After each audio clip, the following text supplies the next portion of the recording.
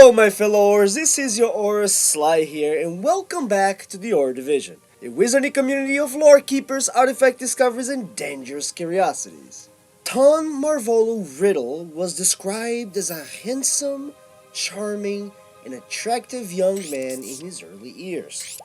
His piercing gaze, jet black hair, and slender stature surely drove many to be attracted to the wizard. What happened to the future Lord Voldemort? What caused him to be transformed into a most abhorrent being? Why did Voldemort himself end up looking like this?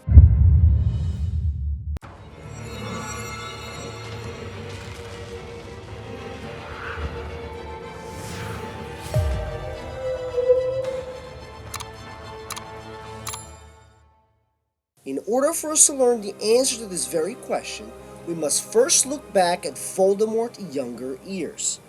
Tom Riddle was born on December 31st, 1926. 11 years later, he attended Hogwarts School of Witchcraft and Wizardry, where he quickly spread his fame by being an extremely smart, intelligent boy. While studying at the school, Tom Riddle learned he was a descendant of Salazar Slytherin, which only grew his ambition to search for power and increase his ego.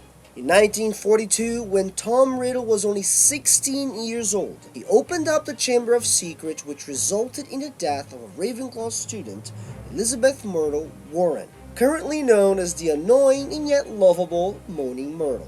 Tom Riddle had already started his ambitious quest to purge the wizarding world of Muggleborns. During his studies to increase his power and become immortal, Tom Riddle learned about the power of Horcruxes. So he used the death of Elizabeth Myrtle Warren to divide his soul for the very first time, thus create his very first Horcrux, his own diary.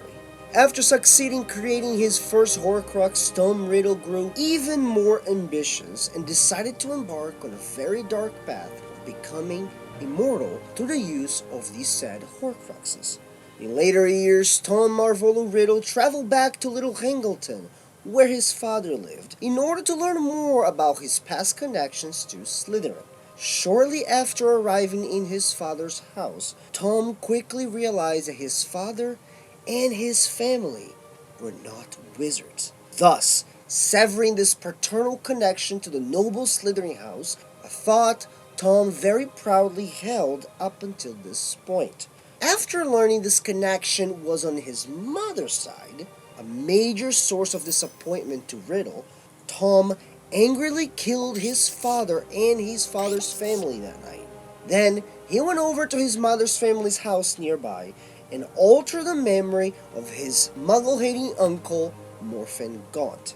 Morphin was caught, said he did it all, and shortly thereafter sent to Azkaban, where he died a few years later. During that time, Tom retrieved Gaunt's heirloom, a family ring, and with the death of his father, he created his second Horcrux. But Sly, what does all of this have to do with Voldemort changing his appearance? Well, calm, my fellow Aura, I'm getting there. After these incidents, almost no one suspected of Tom Riddle as he continued his studies at Hogwarts. No one except one, Professor Albus Percival Wulfric Brian Dumbledore. In 1945, Tom Riddle graduated from Hogwarts and quickly asked the current headmaster, Dippet, to become the next professor of Defense Against the Dark Arts. And all of that to naturally continue his studies in the dark arts and use Hogwarts resources to do so.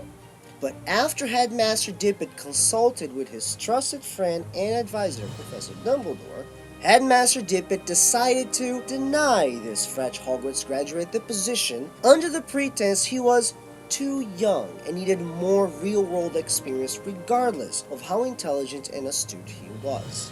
Tom Riddle then went to work for Bergen and Bergs in Nocturne Alley, where he used his charm and intelligence to network in the dark and underground world.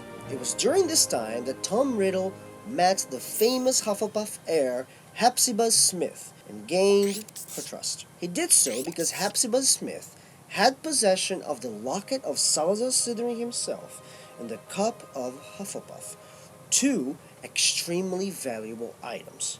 Without remorse, Tom Riddle killed Hepzibah Smith, stole the said items, and altered her house elf's memory, Hucky, to believe she had in fact poisoned her owner. Shortly thereafter, Tom Riddle disappeared from the face of the wizarding world. During this time, Tom is said to have amassed a very large number of followers and changed his name to Voldemort. And now, as a full-blown, powerful wizard, Lord Voldemort returned to Hogwarts to demand the position it was promised to him many years ago, the position of Defense Against the Dark Arts Professor. But since his absence, the old headmaster Dibbit had died, and a Professor Dumbledore had assumed the position of headmaster. Tom knew this was going to be an uphill battle, since Dumbledore was the only person whom he believed could see right through Tom's actions and plans. Drowned by pride and ambition, Tom proceeded with his plan to demand the position nonetheless. And in one of the most chilling chapters written in any of the Harry Potter books, Lord Voldemort's request, Dumbledore denied Voldemort the position. During this pensive recollection moment, Harry Potter recognized that Tom's appearance had already changed drastically. He was no longer that charming and handsome wizard from his earlier time at Hogwarts. No, he was already extremely deformed. His looks, quoted, were burned and blurred. They were waxy and oddly distorted, and the whites of his eyes now had a more bloody look. Now let's fast forward to the First Wizarding War on October 31st, 1981, where Lord Voldemort attempted to kill Harry Potter. During this process, his physical body was utterly destroyed, but his soul survived and sought refuge in a very dark forest located in Albania, where he had previously learned much of the dark arts and retrieved the diamond of Ravenclaw to create another Horcrux. So he knew about this location quite a bit. For approximately 10 years, Voldemort's soul survived by possessing different snakes to be able to feed himself. It was in this dark forest that Voldemort met Nagini. It wasn't until 1990, however, when a Professor Quirrell came into the forest and discovered the Dark Lord, that Lord Voldemort actually resurfaced. Voldemort convinced Quirrell to dominate his body until the very end of the first book, Sorcerers or Philosopher's Stones, when Quirrell died and once again Voldemort's essence was forced to flee. During this fight, Voldemort faced had already become much more snake-like, it was said. His eyes were more bloodshot red, and his pupils reminded the slits of snakes. His nose, already gone, gave way to more snake-like nostrils.